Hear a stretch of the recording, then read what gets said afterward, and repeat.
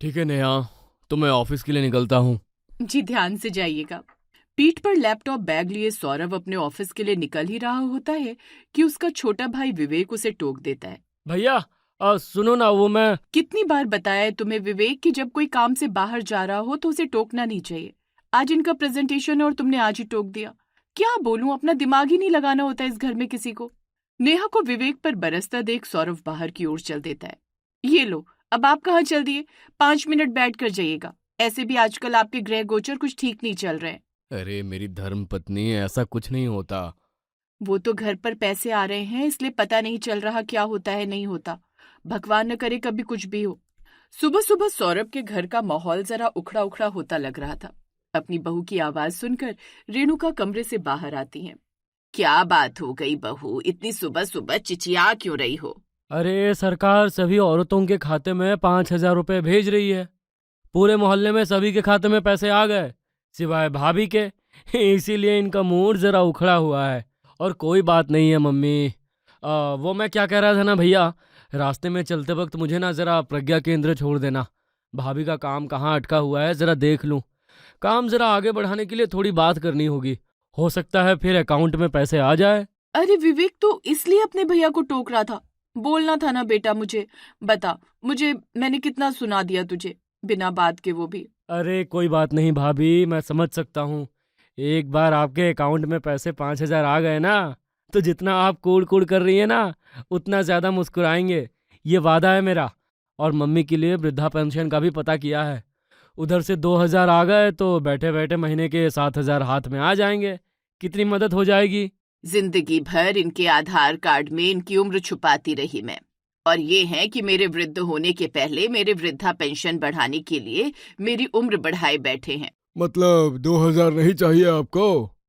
अरे क्यों नहीं चाहिए, बिल्कुल चाहिए। पैसे किसे नहीं चाहिए होते हैं। अब मैं निकलूं कि यहीं बैठा रहूं? आप भी हद हैं। घर में भाई ने आपका नाम पुकार दिया, उसे टोकना थोड़ी ना बोलते हैं। बेकार में बैठे हुए हैं। चलिए जल्दी ऑफिस के लिए निकलिए, देरी हो गई। फिर आपके सर आपको 4 बात सुनाएंगे और फिर आप कहेंगे कि विवेक ने टोक दिया था इसलिए ऐसा हुआ। ये सब शगुन अपशगुन कुछ नहीं होता। आप जाइए। दोनों भाई घर से निकलते हैं और सोसाइटी के गेट से बाहर आते ही चाय की टपरी पर खड़े उनके दोस्त उन्हें आवाज देते हैं। विवेक सौरभ भी मंडली के साथ ज्वाइन हो जाते हैं। चाय की चुस्की से शुरू हुई राजनीति की बात प्रॉपर्टी के प्राइसेस पर रुकती है। हम्म हाईवे के पास प्रॉपर्टी मिल रही है? मैं नहीं मानता। अरे हाईवे की जमीन को अंधा भी ना छोड़े, पर बहरा तो छोड़ सकता है ना। सुनने की बीमारी हो गई है उसे। हाईवे पर घर है तो हर वक्त कभी भोंपू की आवाज, तो कभी किसी ट्रक के टेढ़े टेढ़े की आवाज। इसके पहले कि वो पूरी तरह बहरा हो जाए, वो हाईवे से साइड होकर कॉलोनी वाली एरिया में घर लेना चाहता है। इसीलिए अपनी प्रॉपर्टी बेच रहा है। अरे ज्यादा बड़ी जमीन नहीं है, पर जो है रेट के हिसाब से इनफ है। हाँ, क्या बोलता है विवेक? पापा शुरू से मम्मी की सुनते आए हैं, और हम सब भाइयों की तो हमें कान की प्रॉब्लम नहीं हो सकती। भैया, मैं तो कहता हूँ जो भी पैसे हैं सब निकालो और डाल दो इसी प्रॉपर्टी में। और रात को ही इसी बात पर पूरे घर की सभा बैठ जाती है। मैं तो भाई बच्चों को ट्यूशन पढ़ाती हूँ, ले देखकर 10,000 से ऊपर मेरे पास नहीं निकलेंगे। 1.5 लाख तेरे खाते में मैंने खुद देखे हैं। तो फिर ये आईफोन किस जाहिल की देन है? 3 लाख है मेरे एफडी में, मैं 3 तक निकाल दूंगा। झूठ क्यों कहते हैं जी? 3 FD चल रही है आपकी और 2 मेरी। 15 लाख तक तो हम दे देंगे बेटा। निधि की शादी के लिए मैंने भी कुछ गहने बचा कर रखे थे, उनको बेच दीजिए। फिलहाल हाईवे की प्रॉपर्टी जरूरी है। इन सब के बाद भी इतने पैसे नहीं हो रहे हैं। वो हाईवे वाला हड़बड़ी में प्रॉपर्टी बेच रहा है। वो कैश लेकर ही मानेगा। मैं कह रहा हूँ मम्मी, इस घर को सेटल कर दें क्या? वो हाईवे वाला एक घर ढूंढ रहा है, और हमें चाहिए हाईवे वाली प्रॉपर्टी। उस प्रॉपर्टी के बदले उसे ये प्रॉपर्टी दे देते हैं। उसे चाहिए शांति, हमें चाहिए पैसे। काम शुरू हुआ तो गल्ले पर मैं बैठूंगा, कह दे रहा हूँ। हाँ, चलो ये सही है। इसी बहाने मेरे 10,000 तो बचे। 60,000 होंगे तब आईपॉड्स लूंगी। अपने घर को पवन मुक्तावा को उस हाईवे की प्रॉपर्टी के एक्सचेंज में देकर नेहा के ससुराल वाले हाईवे के कॉर्नर की प्रॉपर्टी में शिफ्ट हो जाते हैं। मेरे हिसाब से तो हमें 88 स्टोर खोलना चाहिए। आते जाते जो भी जाएगा उसे छोटी मोटी चीजों की जरूरत तो पड़ेगी ना। मार्केट में ऐसे कई स्टोर हैं भाभी। हाईवे से जाते हुए कोई आपके स्टोर पर 88 का सामान लेने क्यों रुकेगा? हाईवे पर अक्सर लोग रेस्ट करने के लिए, टॉयलेट इस्तेमाल करने, खाना खाने के लिए या ऐसे ही कारणों से रुकते हैं।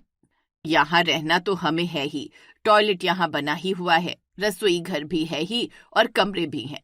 थोड़ा बहुत रेनोवेशन करवा लेते हैं, फिर तीनों काम चालू कर देते हैं। वैसे भी सौरभ को छोड़कर इस घर में कोई कमाता धमाता है नहीं, सभी बैठे हुए थे। तेरे स्टूडेंट भी अब यहाँ पढ़ने तो आने से रहे, ज्यादा हुआ तो रात को ऑनलाइन क्लासेस ले लेना, बाकी दिन भर तू भी बिजनेस संभाल।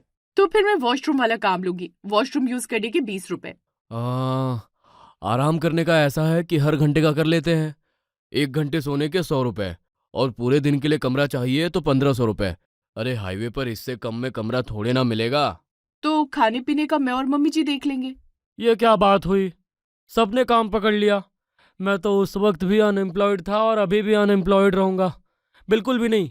अगर हाईवे से कोई आ रहा होगा तो वो गाड़ी पर ही आएगा। तो मैं एक काम करता हूँ, कार और बाइक वॉशिंग का काम कर लेता हूँ। और इस तरह फाइनली हाईवे पर खुल जाता है home cleaning, resting, cooking and throwing place. ये थ्रोइंग लिखना जरूरी था क्या पापा जी? बेटा, हाईवे से तो बुजुर्ग लोग भी जाते हैं। तू कुछ ऐसा नाम रखना चाह रहा था मैं, जिसे पढ़कर लोग तुरंत समझ जाएं कि अंदर क्या क्या फैसिलिटी मिलेगी। अब हम यहाँ प्रचार करने तो घूम नहीं सकते। अब सब कोई अपना अपना पकड़ लो भाई, मैं नीचे जा रहा हूँ। नीचे वाले फ्लोर पर सबसे पहले खड़ी थी नेहा अपनी सास के साथ खाने की तैयारी करती हुई। बाहर 4-5 टेबल और चेयर लगे हुए थे, जिसे देखकर गाड़ियां वहां रुकना शुरू हो जाती हैं। अरे, यहाँ तो पहले ऐसी कोई दुकानें नहीं थी, अब खुली है ये दुकान। दुकान मत कहो बेटा, ऑलराउंडर दुकान कहो। वैसे तुम्हारी गाड़ी बड़ी गंदी सी दिख रही है, निकलते समय गाड़ी धुलवाते हुए जाना। हाँ, काफी लंबा सफर करके आया हूँ ना, तो कार बिल्कुल गंदी हो गई है। पर यहाँ कहाँ कार वॉशिंग सेंटर मिलेगा? आपने बाहर नाम नहीं पढ़ा क्या? क्लीनिंग भी तो लिखा था ऊपर। खाने पीने रहने निकालने हर चीज की सुविधा है हमारे पास। आपकी गाड़ी चकाचक धुल के मिल जाएगी आपको। 150 रुपए कार वॉशिंग के। विवेक देखो ना, टिंकू वॉशरूम जाने को बोल रहा है। अभी यहाँ वॉशरूम कहाँ मिलेगा? कह रही हूँ बाहर साइड में चले जाओ, पर नहीं, मिस्टर को शर्म आती है। एक्सक्यूज मी आंटी, यहाँ अंदर लू होगा क्या? लू सू सब मिल जाएगा यहाँ आपको, और उसके चार्ज है महज 20 रुपए। टॉयलेट यूज करने, वो एक्चुअली मेरा बिजनेस है। अच्छा, यहाँ हल्के होने की फैसिलिटी है क्या? तो फिर मैं भी यूज करूंगा वॉशरूम। नेहा भिंडी की सब्जी, छाछ, फूल के पापड़ और सलाद कस्टमर के लिए रेडी करती है। सौरभ उसे परोसता है। खाने को खाकर पुनीत का पेट तो भर जाता है, पर अब उसे नींद आने लगती है। अभी मुझसे कार नहीं चलाई जाएगी। आधे घंटे रुक जाता हूँ स्नेहा, नहीं तो पता चला रास्ते में कहीं कार ठोक गई तो लेने के देने पड़ जाएंगे। खाने के बाद ना झपकी आने लग जाती है मुझे, इसलिए मैं सफर के बीच खाना नहीं चाहता। सोने की सुविधा है हमारे पास, ऐसे आपको टेबल पर बैठे नहीं छोड़ सकते ना। वो क्या है कि आगे जाकर कस्टमर आएंगे, फिर हम उनको कहाँ बैठाएंगे। चेयर्स लिमिटेड है, नया बिजनेस है ना। आप हमारे कमरे का फैसिलिटी यूज़ कर सकते हैं, आधे घंटे के सिर्फ 50 रुपए पर। अगर आप तीनों लोग कमरा यूज़ करेंगे तो 150 रुपए होंगे। तो मंजूर हो तो बताइए। तो कुछ इस तरह सारी फैसिलिटीज के साथ शुरू हुआ ये बिजनेस चल पड़ता है। सिर्फ महीने भर में ही बिजनेस 40% के प्रॉफिट पर था। प्रॉफिट तो होना ही है ना मम्मी, शौचालय बना हुआ है, लोग आ रहे हैं, यूज कर रहे हैं, हमारा थोड़ी ना पैसा लग रहा है। गाड़ी धोने में भी नाप के बराबर शैम्पू और साबुन खर्च हो रहा है। बाकी कमरे में भी बिजली बिल तो ऐसे भी इस्तेमाल होनी है। बाकी बचा खाने का काम, तो कुक हमने रखा नहीं है, खाना भाभी, मम्मी और भैया ही कर रहे हैं सब मैनेज। बस इस घर के रेनोवेशन में जो पैसे लगे थे ना, वो पैसे पहले निकल जाए, फिर जो पैसे आएंगे उससे हम सेव करना शुरू कर देंगे। ये सही है, धीरे धीरे निधि की शादी हो जाएगी, फिर बिजनेस और बड़ा कर लेंगे, सब प्रॉब्लम सॉल्व। पूरा परिवार साथ में बैठा बात कर रहा होता है कि तभी दरवाजे पर कोई जोर जोर से पीटना शुरू कर देता है। अरे 8 बजे के बाद नो सर्विस, बोर्ड नहीं पढ़ा क्या? ओ पवन, दरवाजा खोल। अरे भाई, बोल रहा हूँ ना, सारी फैसिलिटीज बंद है, सुनाई नहीं दे रही है क्या? ये लोग ना पी के आ जाते हैं, फिर दिमाग खराब करते हैं। ये बोलते ही विवेक जैसे ही दरवाजा खोलता है, सामने 5-5 मुस्टंडों को देखकर उसकी पैंट ढीली हो जाती है। जी कहिए। तू कौन है बे? पवन कहाँ है? पवन तो चल नहीं रही। पवन कहाँ दिखाई देता है भैया? आप भी ना अच्छा मजाक करते हैं, कॉमेडी की फैसिलिटी नहीं देते हम। ए डबल बैटरी, अभी तेरी बैटरी का +- 1 कर दूंगा। हवा की बात नहीं कर रहा मैं, पवन का, पवन मुक्तवा, जिसका ये घर है। पवन अंकल, उनकी प्रॉपर्टी तो हमने खरीद ली ना।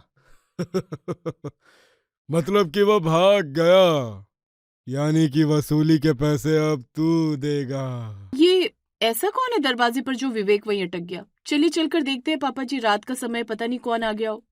पूरा परिवार दरवाजे पर पहुंचता है। क्या बात हो गई भाई? क्या तकलीफ है? हम वसूली करने आए हैं। हाईवे पर बिजनेस चालू कर दिया आपने और तुम्हारे दादा तक पैसे पहुंचाए भी नहीं। सलामत रखने हैं अपने अस्थि पंजर की मरम्मत कर दें। ये आपके दादा की प्रॉपर्टी है? हमें तो बताया गया था कि पवन जी की प्रॉपर्टी है। पेपर्स देखे थे मैंने। ए घनचक्कर, क्यों रात को दिमाग खराब करता है? उस मुक्तवा को भी हमें पैसे चुकाने थे। पूरे 5 लाख का कर्जा हो गया, ऊपर से बढ़ता ब्याज। टाइल्स वगैरह का काम था ना उसका। क्या लगा बिना दादा तक पैसे पहुंचाए वो अपना बिजनेस कर लेगा? अरे संभव नहीं था। ऐसा धमकाया अपुन के लोगों ने उसको कि घर तुम लोगों को बेचकर भाग गया। अब उसके 5 लाख अपने 4-5 बिजनेस के 10,000 करके महीना तुम्हें हम लोगों को भरने हैं। ये सुनते ही रेणुका वहीं बेहोश होकर धड़ाम से गिर जाती है। अगली सुबह 30,000 के फायदे में 50,000 कैसे देंगे हम उस कल्लू मल्लू को, मम्मी जी? अरे भाभी, आप तो और हैं, सिर्फ 30,000 नहीं, 5 लाख जो पहले के बकाया है वो भी तो देने होंगे ना। मेरा घर बिकवा कर तुम लोगों ने रोड पर खड़ा कर दिया है मुझे। यहाँ वो कल्लू मल्लू का दादा हमें जीने नहीं देगा और वापस जा नहीं सकते क्योंकि पवन मुक्तवा को हम अपना घर बेच चुके हैं। अब हम कहाँ जाएंगे? इससे अच्छा तो मैं अपने 4-5 स्टूडेंट्स को पढ़ाकर जो पैसे जमा कर रही थी वही अच्छा था। मम्मी, अब 10,000 की तो मेरी भी कमाई नहीं हो रही। 10,000 मैं कहाँ से दूंगी उस कल्लू दादा को? पूरे शहर को डायरिया तो हो नहीं गया कि सब 2-2 मिनट में मेरे पास मेरे बाथरूम को यूज करने आएंगे। तभी मनोज भागता हुआ वहां आता है। इतनी सी बात पर तुम लोग डर गए? अरे ऐसी धमकियां हजारों मिली हैं मुझे। अरे 2-4 बार आकर धमकियां दे देंगे, उससे ज्यादा कुछ नहीं कर सकते ये लोग। अपना अपना काम संभालो। अच्छे पैसे आने शुरू होंगे ना तो उनके मुंह में 50 या 50 लाख भर दिया जाएगा। मनोज की बात से सभी के मन में मोटिवेशन आ जाता है और सभी अपना काम करना शुरू कर देते हैं। नेहा ढेर सारा आटा गूंथकर सब्जियों को काटना शुरू कर देती है। दूसरी तरफ उसकी सास चाउमीन पास्ता उबालकर तैयार कर लेती है। सौरभ टेबल को साफ करके बर्तनों को धोकर चकाचक कर लेता है और कस्टमर का ऑर्डर लेना शुरू कर देता है। 2 plate chow mein, pasta paneer chilli, 8 रोटी और आलू दम की सब्जी। ठीक है सर, हो जाएगा। बस 10 मिनट दीजिए मुझे। बस सामान फ्रेश ही बन रहा है। हमारे यहाँ बासी सामान चलता ही नहीं है। कुछ बचता ही नहीं है जो दोबारा चलाया जाए। सौरभ फौरन किचन में जाता है और ऑर्डर नेहा और रेणुका को बताता है। रेणुका चाइनीज संभालना शुरू कर देती है और नेहा इंडियन। तैयार खाना लेकर सौरभ जैसे ही किचन से बाहर निकलता है, कल्लू मल्लू और उसके लोग आकर उसके खाने की प्लेट पर जोर से हाथ मार देते हैं और सारा खाना उछलकर फर्श पर गिर जाता है। ए घनचक्कर, बोला था ना काम चालू नहीं करने का। पैसा तेरे पास आ गया है तो पहले पैसा दे फिर काम चालू कर, समझा क्या? और तुम लोग सुन लो, जो भी इस ढाबे पर आकर खाना खाएगा वो दोबारा खाने लायक नहीं बचेगा, क्योंकि मेरा दादा उसको उसके दादा के पास पहुंचा देगा। पर सभी के दादा दुनिया से चले गए हो ऐसा तो जरूरी नहीं है ना कल्लू भैया। वैसे कलेक्शन की जरूरत है।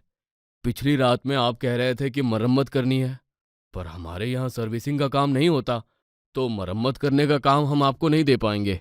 सौरभ की बात सुनकर मल्लू के कान से धुआं आ जाता है। वो एक हाथ से सौरभ को पकड़कर उसे हवा में उठा देता है। हेलो भैया, फाइटिंग करनी पड़ेगी क्या? कल्लू के ये कहने की देर थी कि वहां बैठे सभी कस्टमर भागा दौड़ी मचा देते हैं।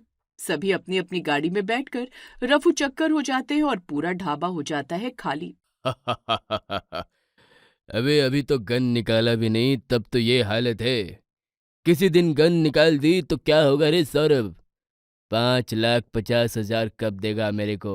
अबे डेट बता, रोज रोज आने का ना मेरे को जमता नहीं है। अब 29 तारीख को पक्का। 29? ठीक है। इन सब में ना तू मेरे को थोड़ा समझदार लगता है। कल्लू मल्लू सभी को हड़काकर चले जाते हैं। 29 तारीख को कहाँ से ले आएंगे पैसे आप? 20 दिन भी नहीं है मुश्किल से हाथ में। अरे फरवरी का महीना है रेणुका जी, 28 दिनों का होता है ना। 29 तारीख आएगी ना वो पैसे लेने आएंगे, तब तक काम चालू रखते हैं ना।